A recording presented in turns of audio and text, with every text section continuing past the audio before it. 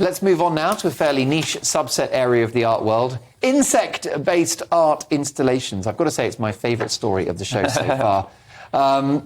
Very passionate about this. So basically the Daily Mail is saying Damien Hirst art installation that features fly-killing UV light is removed from German museum after PETA complained it infringed on insects' rights.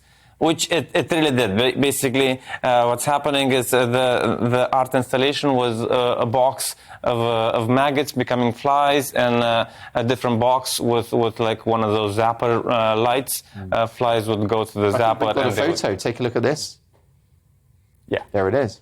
So it did kind of intentionally kill off a lot of flies. Apparently, the Germany law says killing animals is okay only if it has a specific, if it's done with a good purpose. Yeah. So like for eating, that's fine, but not for art. Which I feel like, well, art is food for the soul. Yes. So somehow we should be allowed to. Like, I feel like if people watch this art installation, maybe they would understand that eating animals is wrong and less animals would get killed.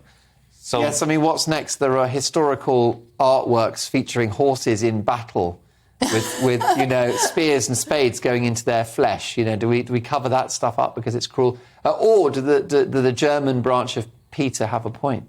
Well, it certainly makes you think, and we are discussing it right now. And the flies, at no point, even though Damien Hirst has put them in the position where they are born into this world, they have a choice. The flies have a choice to fly into the next box where they are electrocuted. They do not have a choice to escape, which would also maybe be good, but nobody wants to have an art gallery full of flies. But it does sort of it makes you think about things, I suppose. I mean, personally, I like a good painting.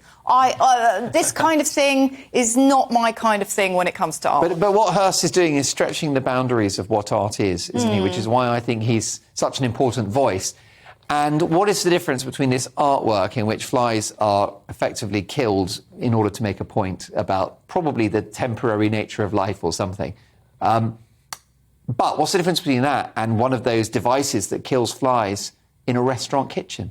Exactly. I mean, the same device. Yeah, and then there it has a function. And in fact, it's actually demanded by law, I'm sure in some places, because of hygiene. And it is somehow entrapment, because the kitchen is cooking food, so it does attract the flies there. Exactly. And the flies have free will, like they have in the box. They have the free will to fly into the box with the UV light in. They have the free will to not do it.